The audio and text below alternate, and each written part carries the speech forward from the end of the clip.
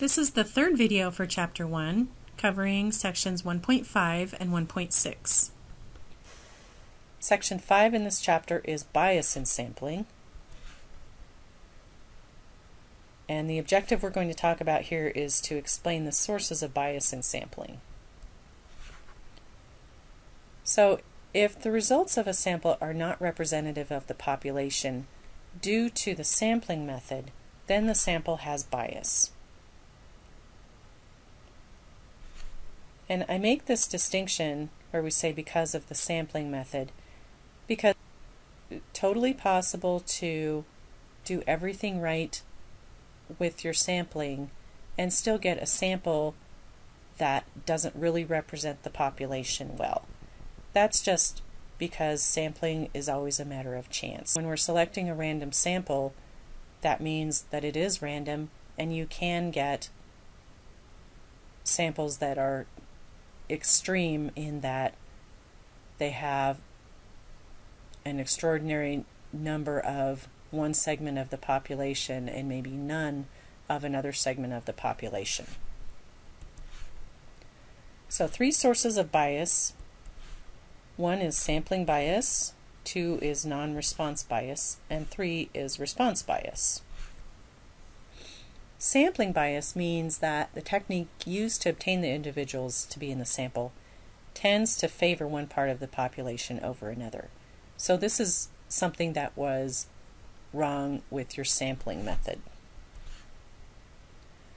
Samples have to be carefully selected in order to get something that's representative of the population. Making claims about a population based on a sample with missing data is a common error made in statistics. Here's an example. A newspaper article reported that a majority of Americans disapproved of the war in Iraq, according to a poll conducted by calling phone numbers selected at random from 10 major metropolitan areas. The sampling bias in this example, there are actually at least 2 different things that we could talk about. One was this was done by calling phone numbers. That means that someone who didn't have a phone or whose phone number maybe was unlisted would have been left out. The second was that the phone numbers were selected at random from 10 major metropolitan areas. That means that a large segment of the population was excluded. Anyone who wasn't in one of those 10 metropolitan areas would have been excluded even from the selection process. So this sample had missing data. It would not be representative of all Americans. It would only be representative of Americans in those 10 major metropolitan areas who had phone numbers that were listed.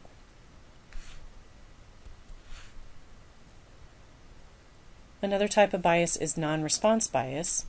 This exists when the individuals selected to be in the sample who do not respond to the survey have different opinions from those who do. One way this can happen is, for example, if surveys are mailed out and a large number of people don't respond to the survey or don't mail them back in. Now there are ways to improve this. For example, if you're making phone calls, you can call people back if they don't answer the first time, or you can offer rewards or incentives for people to actually respond to the survey. Another thing to be careful of with this type of surveys is if you have a voluntary response sample or a self-selected sample. This is one where the respondents themselves decide whether to be included. People who do respond to this type of survey tend to be those with strong opinions about the issues involved. In other words, if you don't care much about the issue, you're not very likely to take the trouble to respond. Here are some examples. A survey published in a newspaper where respondents must visit a website call an 800 number, or mail in a form to participate in the survey. Again, the people who are likely to respond to this type of survey are those who have strong opinions. And you see voluntary response surveys a lot. They're common in magazines and newspapers, television, on the internet, but the results from these type of surveys are not statistically valid. They are extremely biased.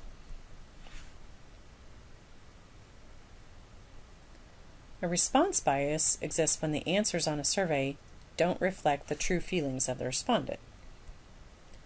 Some types of response bias: one is interviewer error, another one is misrepresented answers, a third is the actual words used in the survey question, and for this, survey questions can be deliberately worded to encourage a specific response,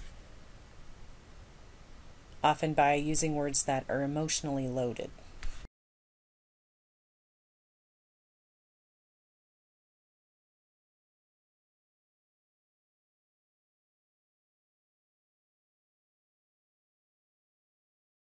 Loaded questions: do you believe that gun control laws, which restrict the ability of Americans to protect their families, should be eliminated? So here, some of the emotionally loaded words are restricting the ability of Americans to protect their families. That's a very emotionally loaded topic.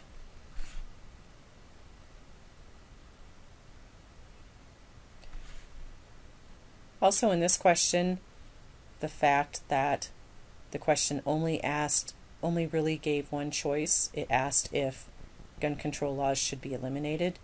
It didn't even name the other choice, which would be to keep the gun control laws. Here's another question. Should big oil companies be allowed to bribe our senators and representatives with campaign contributions? The fact that the question talked about big oil companies, that's a slightly emotionally loaded term. And then the word bribe, that's very emotionally loaded. So you would be much more likely to answer no to this question than to answer yes. Now we can also talk about the order of words in a question. Here's a question stated two different ways. Do you believe that gun control legislation should be repealed or upheld? Or do you believe that gun control legislation should be upheld or repealed? Now there might be a slight difference in how people would answer the question depending on which order the words were stated in. A lot of survey companies actually will randomly change the order of the words for all of the different surveys they put out, just to avoid any bias like this. The last section in this chapter is about the design of experiments. And in this section, we're only going to look at the first objective, which is to describe the characteristics of an experiment. So an experiment, again, is a controlled study conducted to determine the effect of varying one or more explanatory variables or factors, what effect that has on a response variable. Any combination of the values of the factors is called a treatment. The experimental unit, or subject, is a person, an object, or some other well-defined item upon which a treatment is applied. And a control group serves as a baseline treatment that can be used to compare to other treatments. A placebo is something like a sugar tablet that looks, tastes, and smells like the experimental medication. Blinding refers to non-disclosure of the treatment an experimental unit is receiving. So a single blind experiment is one where the subject doesn't know which treatment he or she is receiving. And a double-blind experiment is one where neither the subject or the researcher knows which treatment the subject is receiving. Here's an example. The English department of a community college is considering adopting an online version of the freshman English course. To compare the new online course to the traditional course, a faculty member randomly splits a section of her course. Half of the students receive the traditional course and the other half are given an online version. At the end of the semester, both groups will be given a test to determine which performed better. So first, who are the experimental units, or the subjects? Well, those would be the students. What is the population for which this study applies?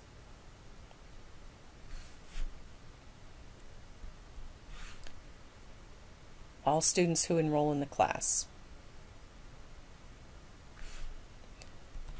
And what are the treatments? This would be traditional instruction versus online instruction. The response variable would be the exam score for the test that both groups are given at the end of the semester. Last question is, why couldn't this experiment be conducted with blinding? Well, both the instructor and the student are going to know which type of instruction they're getting. So both of them know which treatment they're receiving.